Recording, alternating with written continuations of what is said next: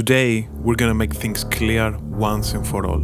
No matter if you do metal, pop, trap, EDM, whatever the genre, it's the same for everyone. The competition is bigger than ever. And these are the most important things you should know and understand before even opening up your PC. And the problem is that no one is talking about these things. The only thing they ever say in every tutorial ever, and I'm sure that you've all heard it in the past, is this: compress your vocals like this, EQ your vocals like this, buy my plugin for extra sauce to your vocals. Today though, mixing vocals is not just putting some reverb on it, it's a form of art on its own. Your vocals must sound crispy, clear, and in front of the mix, so you can translate your vocals from just a bunch of words to an emotion into your listener's body. Even though we all use the same DAWs, the same plugins, and sometimes even the same techniques, the only real difference that separates those with great sounding vocals to those with bad mixes is this: the thinking process behind every decision. How you think before making any decision, it's gonna determine the final result. Everyone is telling you how to EQ, to compress, put reverb and all of that, but no one is actually telling you how to think when you're doing all of it. You see my settings on the screen, just copy them and you will always have great and amazing vocals. And if you don't, just buy my new course. Just because something worked in a previous track doesn't mean it's going to work in the next track. The only thing that never, and I mean never changes, it's this: how you think when you're mixing and how you approach every decision that you make. And basically, it comes down to those three things. But before we get into it, let me know in the comments, what do you find the most difficult part about mixing vocals? I will answer everything. So first of all, you need to understand this concept. What makes a good sounding vocal? So I'll give you 3 examples and 5 seconds and you decide which one is the best. And I'm sure 99.9% of you will get it wrong. Let's go. We're like day and night, like the moon and the sun.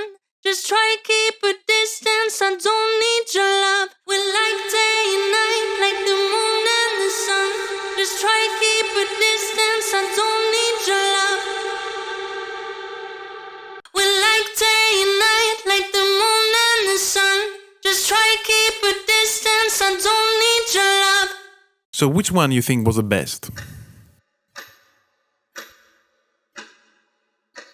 For those of you that said 1, 2, or 3, you're all wrong. For those of you that were thinking, I don't know, it depends on the track, you're right.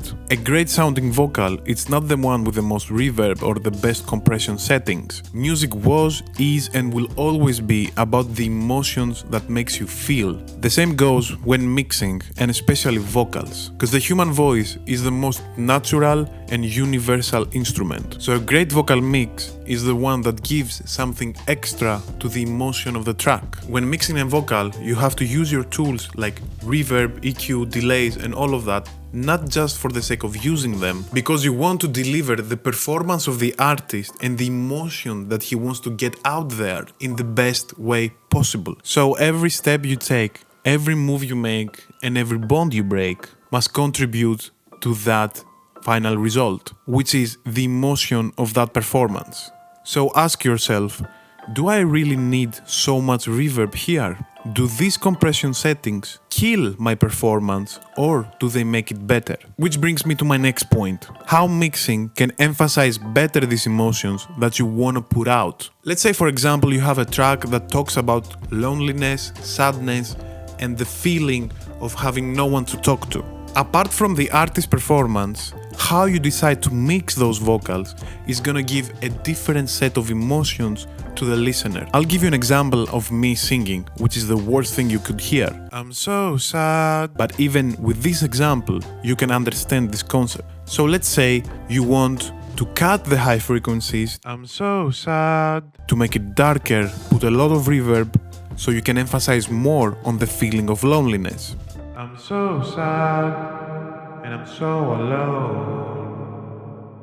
Or maybe you want to leave them dry with some distortion so you can demonstrate the anger that this loneliness makes you feel. I'm so sad, and I'm so alone.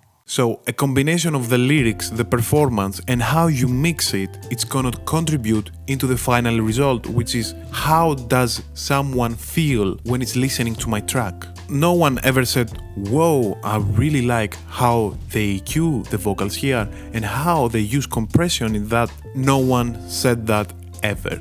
You have to understand that music, and especially vocals, are all about the emotions. First, it's the performance of the artist, but how you mix it later, it's either add something to that performance or it's either going to take something away from that performance and that emotion. So it's not just one more EQ on one more compressor, it's one more step closer or further away than the emotion that you want to achieve. So choose carefully every decision you're making, which creates another problem. How do you know when you're done mixing your vocals? You can mix forever.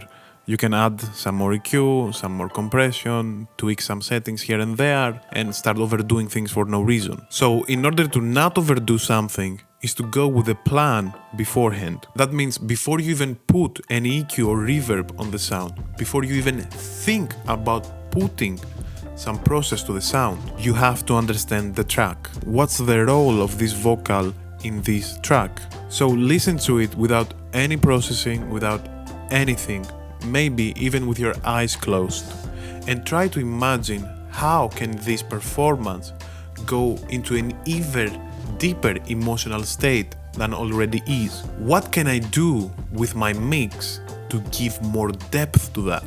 Don't start commenting, just put some more reverb, bro, it's gonna give more depth. Instead, comment if you get any value out of this and subscribe so I can continue making those videos. Now, as long as you know where the vocals belong in the mix and what is the feeling that you want them to represent, start doing all the next steps. Add those EQs, compressors and reverbs and try to make them brighter, warmer, broken, whatever. There is no right or wrong. It's either adding something to it or it's either taking something away from it. Because if you think about EQs, delays, compressors and all of that, you will always want to do something more. Instead, if you think about the purpose of the vocals in the track, you will be able to answer if the vocals are done or not. So the question you need to ask, it's not if the vocals need to be mixed more. Ask yourself this: are these vocals representing the best way they can the emotion that I'm going for? If you can answer yes, then you know that your vocals don't need something else. Because now you have reached your goal that you put before even starting to mix. Make sure to subscribe.